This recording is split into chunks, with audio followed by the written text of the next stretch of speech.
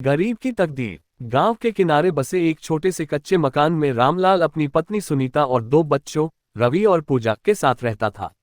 ये घर नहीं बल्कि मिट्टी और ईंटों से बनी एक झोपड़ी थी जिसके ऊपर छप्पर रखा था जो बरसात के दिनों में टपकता था। रामलाल बचपन से ही गरीब था और अब तक गरीबी की उस जंजीर को तोड़ नहीं पाया था। वह दिन भर खेतों में मजदूरी करता और सुनीता दूसरों के घरों में झाड़ू पोंछा लगाती, लेकिन फिर भी दो वक्त की रोटी के लिए संघर्ष करना पड़ता। कभी खाने के लिए पर्याप्त अनाज होता तो कभी सूखी रोटियों से ही गुजारा करना पड़ता। संघर्ष की शुरुआत। रामलाल के पिता भी एक गरीब किसान थे। जब वह छोटा था तब अकाल ने उनके खेतों को बर्बाद कर दिया। पिता कर्ज के बोझ तले दबे रहे और एक दिन अचानक दिल का दौरा पड़ने से चल बसे। मां ने मेहनत की लेकिन गरीबी ने उनका साथ नहीं छोड़ा। अंततः बीमारी और भूख ने उन्हें भी छीन लिया। रामलाल अकेला रह गया। वह अपने पैरों पर खड़ा होने के लिए अलग अलग जगह मजदूरी करने लगा। सुबह खेतों में काम करता, दोपहर को ईंट भट्टे पर जाता और रात को गांव के बाजार में सामान ढोता। धीरे धीरे वक्त बीता। उसने सुनीता से शादी कर ली, लेकिन जिंदगी की मुश्किलें कम नहीं हुई। बच्चों के सपने। रामलाल के बेटे रवि को पढ़ाई का बहुत शौक था। वह जानता था कि अगर गरीबी से निकलना है तो शिक्षा ही एकमात्र रास्ता है। वह रात में लालटेन के नीचे बैठकर पढ़ता और दिन में स्कूल जाता। लेकिन गरीबी उसकी राह में सबसे बड़ी बाधा थी। एक दिन स्कूल से घर लौटते वक्त उसने सुनीता को रोते देखा।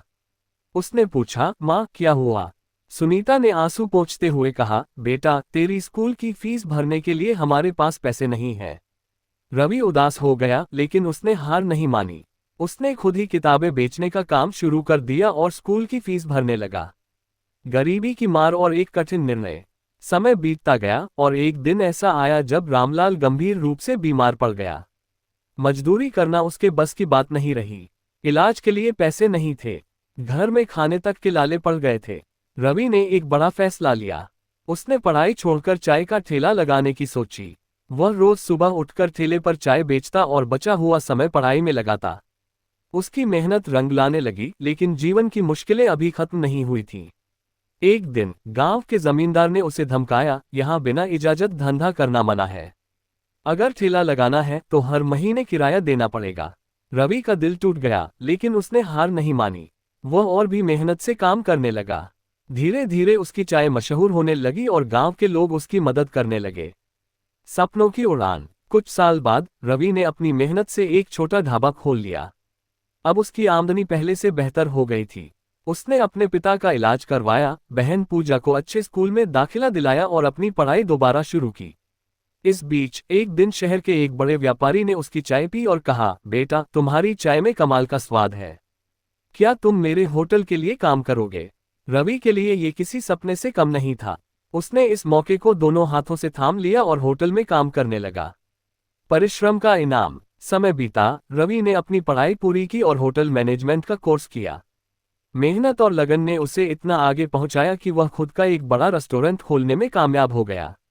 जब उसने अपनी पहली कमाई से नया घर खरीदा और पिता को उसमें लाकर बैठाया, तो रामलाल की आंखों से आंसू छलक पड़े।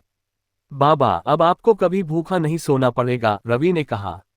रामलाल ने बेटे को गले लगा लिया और सोचा, सच में मेहनत और ईमानदारी से बड़ी कोई ताकत नहीं होती। निष्कर्ष। गरीबी बड़ी मुश्किल चीज है, लेकिन अगर इंसान हिम्मत और मेहनत से काम करे तो कोई भी ताकत उसे आगे बढ़ने से नहीं रोक सकती।